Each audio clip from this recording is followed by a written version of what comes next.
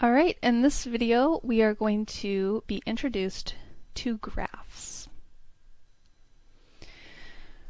So this is not the type of graph we're talking about. This is the type of graph that you're probably used to before ever taking a data structures class.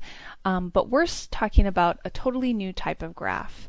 These types of graphs are used in so many different applications. Obviously, a big one is all of the networking and social networking that we have in our lives. We also see graphs all over the place in sort of geographical map applications. So this could include air maps for routing between airports, but this could also be routing between trains or routing between ports.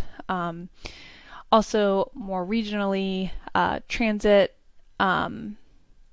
applications, public transit, Google Maps, any of the applications that use,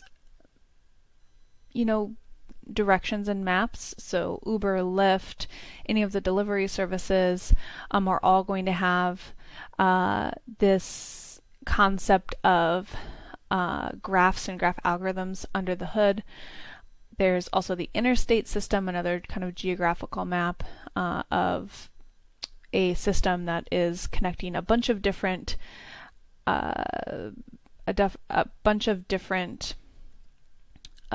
nodes or cities or states or locations together via a bunch of different edges. There's also a bunch of applications that happen in nature. So physical modeling is used for all sorts of different applications, for modeling systems for all sorts of different engineering applications that veer on the nature side and more on the man-made side.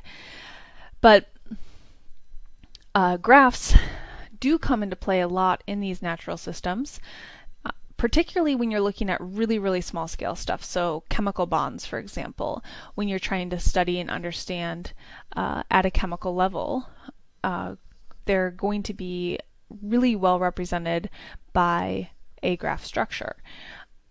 Any physical model could use graphs, but typically where we are now with computing power, you don't really see it in a lot of physical modeling applications because we're not at the level where the physics is connected in a graph manner, if that makes sense.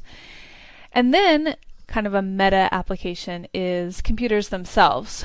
All computers now, small physical devices all the way up to large supercomputers and servers, are on networks, right? So the internet is one huge graph and one huge, very difficult graph problem.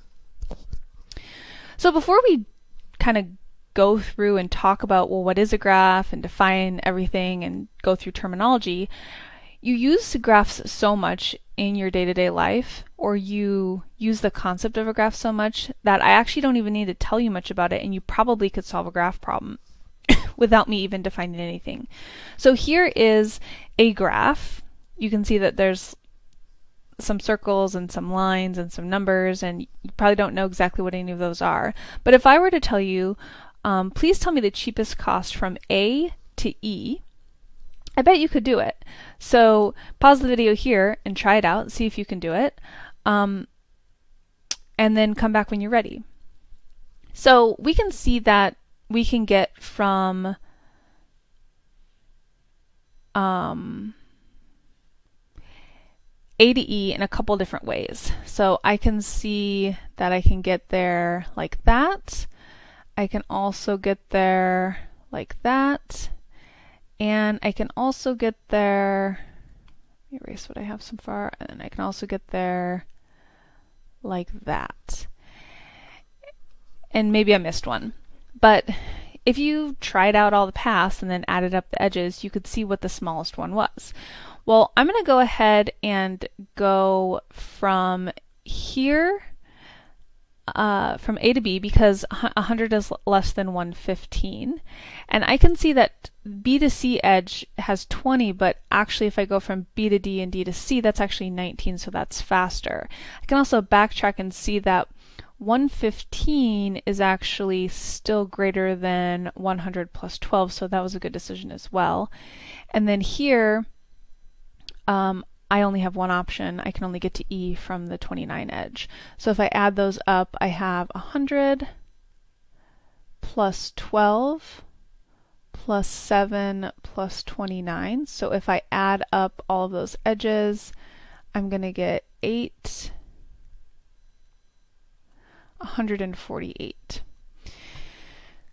So that turns out is the shortest, the cheapest path, the path with the smallest cost, the least weighted path from A to E. Now we can do it by hand by just, trying it out, because there's only so many. We can try them all out and find the smallest one.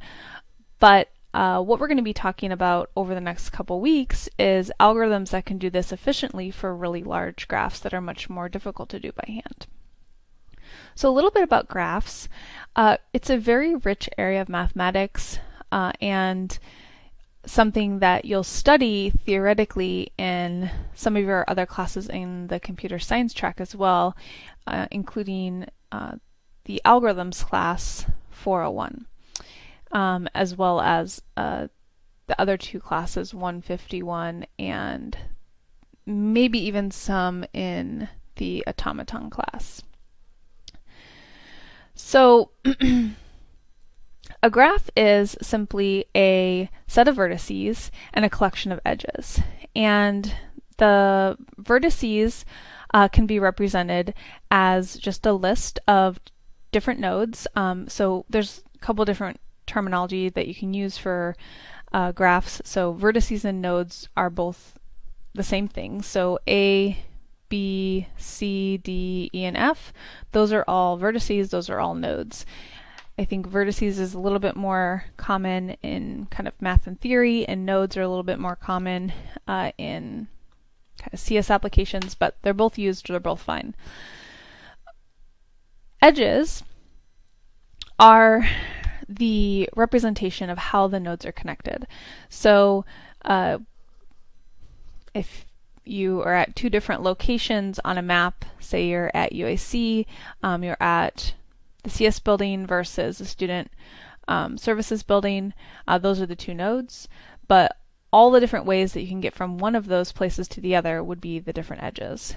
And the weight could be the time it would take to get from point A to point B via those different possible edges. And in different applications, the weight could mean different things. It could mean time, for example, in that application, so the time it would take you to walk from, one of those, one location to the other for each path.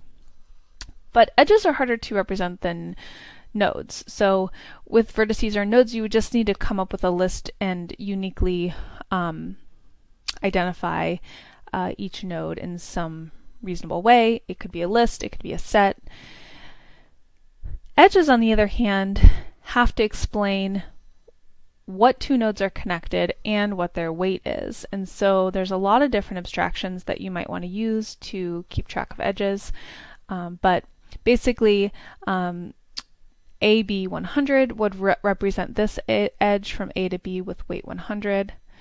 This edge AD 115 would represent this edge from A to D with weight of 115. And so really graphs are not really data structures. We see them in this visual way, and we kind of think of them as maybe perhaps a linked structure with memory allocated on a machine that's connected in all these different ways.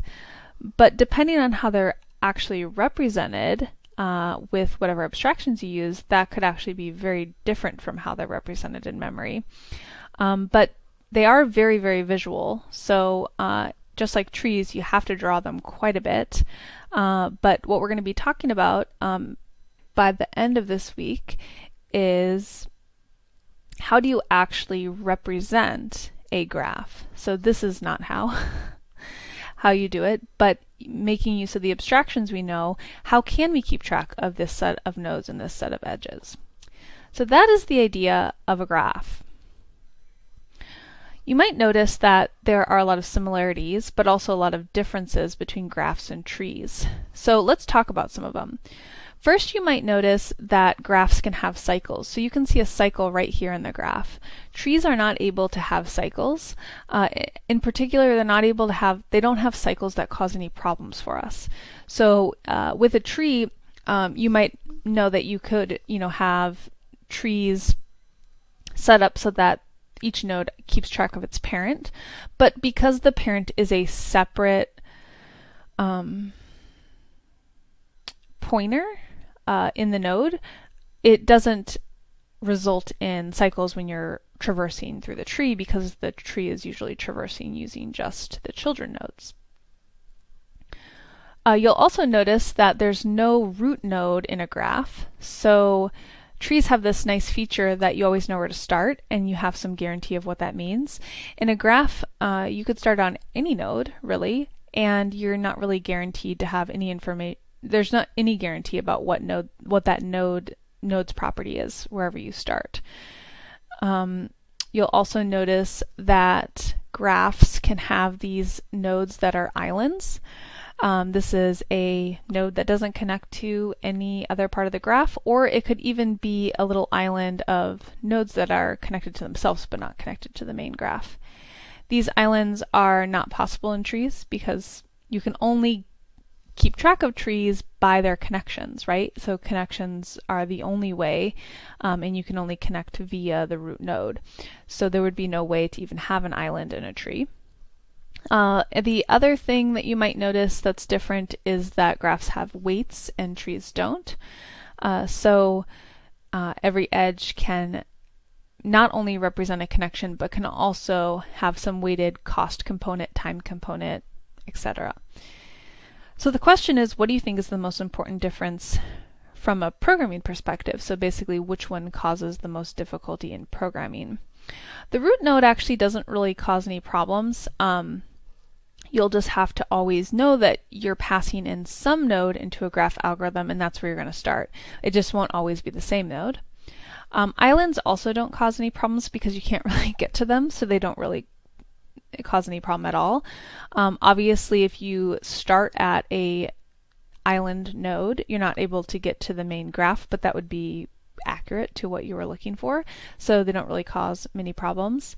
The weights also don't really cause problems. They give you another way to navigate and traverse through a graph, but they do not really make it any more difficult to program anything. But cycles definitely drastically change algorithms in graphs. So what you'll notice is every time we're writing an algorithm in a graph, there's always going to be something to take into account. Where have we been? Because there is really no way to know otherwise. With a root, whether you're pre or post traversal in order, or if you're searching down the tree, you know where you came from, you know where you've been. With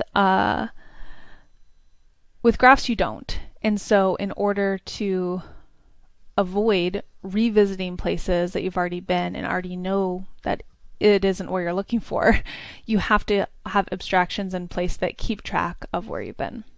So you'll see that in all the algorithms, even the ones that we talk about in the next couple videos. So that's it for the introduction to graphs.